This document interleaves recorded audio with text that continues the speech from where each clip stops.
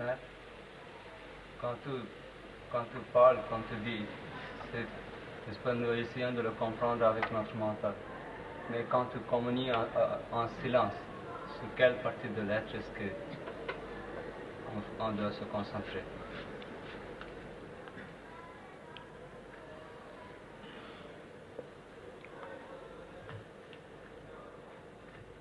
Il est toujours mieux pour la méditation, n'est-ce pas? Nous employons le mot méditation, ça ne veut pas nécessairement faire bouger des idées dans la tête. Au contraire, il vaut toujours mieux tâcher de se concentrer dans un centre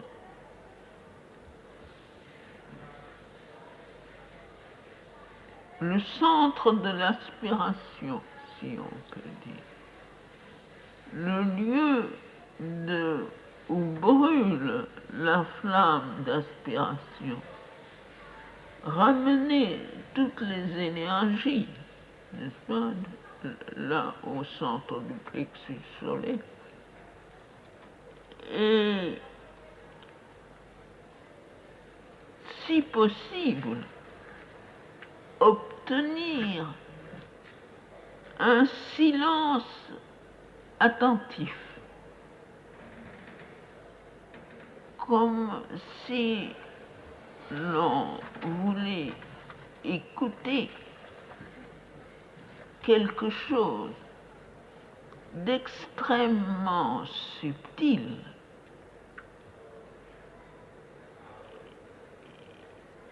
quelque chose qui nécessite une attention complète, une concentration complète et un silence total. Si l'on peut obtenir ça, et puis ne plus bouger,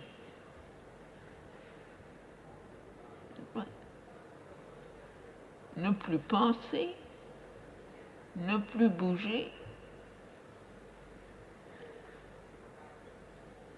et faire ce mouvement d'ouverture de façon à recevoir tout ce qui peut être reçu, mais en prenant bien soin de ne pas essayer de savoir ce qui se passe pendant que ça se passe.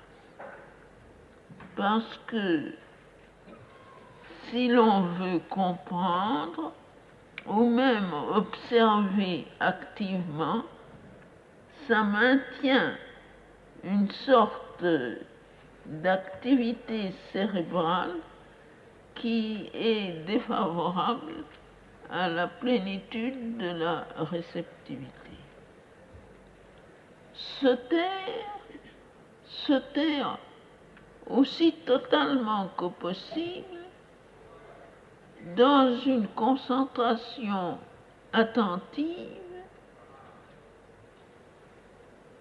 et puis ne plus bouger. Si on réussit ça, alors, quand tout est fini, quand on est sorti de la méditation, et quelque temps après, généralement pas immédiatement, surgit de dedans de l'être quelque chose de nouveau dans la conscience. Une nouvelle compréhension, une nouvelle appréciation des choses, une nouvelle attitude dans la vie. En somme, une nouvelle manière d'être. ça peut être fugitif, mais à ce moment-là, si on le note, on s'aperçoit qu'il y a quelque chose qui a avancé d'un pas sur le chemin de la compréhension ou de la transformation. Ça peut être une illumination, une compréhension plus vraie ou plus proche de la vérité, ou un pouvoir de transformation qui vous fait faire un progrès psychologique ou une augmentation de conscience ou une augmentation de maîtrise sur les mouvements, sur les activités de l'être.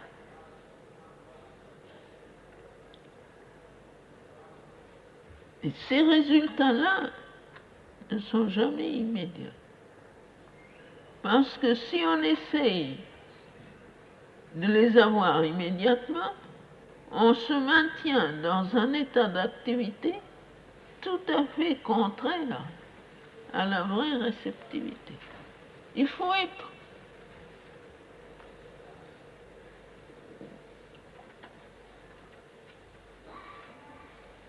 aussi neutre,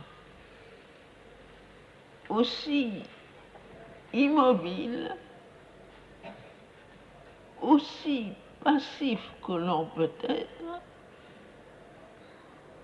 avec un arrière-plan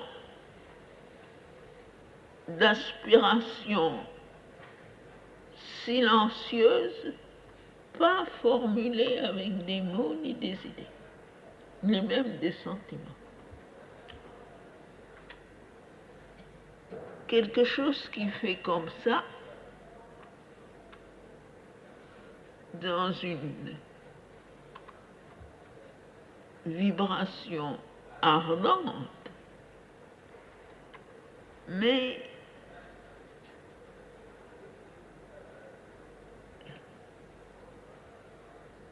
qui ne formule pas.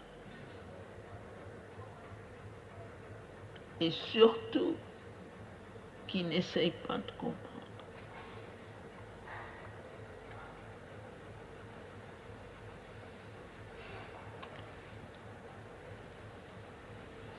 Ça arrive avec un peu de pratique, ça arrive à être un état qu'on obtient à volonté en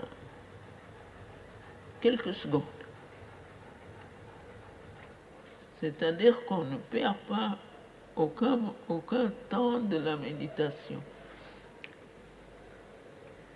Naturellement, au début, il faut lentement calmer son esprit, rassembler sa conscience, se concentrer. On perd le trois quarts du temps à se préparer. Mais quand on a la pratique de la chose, en 2-3 secondes, on peut l'obtenir. Et alors, on bénéficie de tout le temps de la réceptivité. Naturellement, il y a des conditions encore plus avancées ou perfectionnées, mais ça vient plus tard. Mais si on obtient ça déjà, on a le plein profit de la méditation.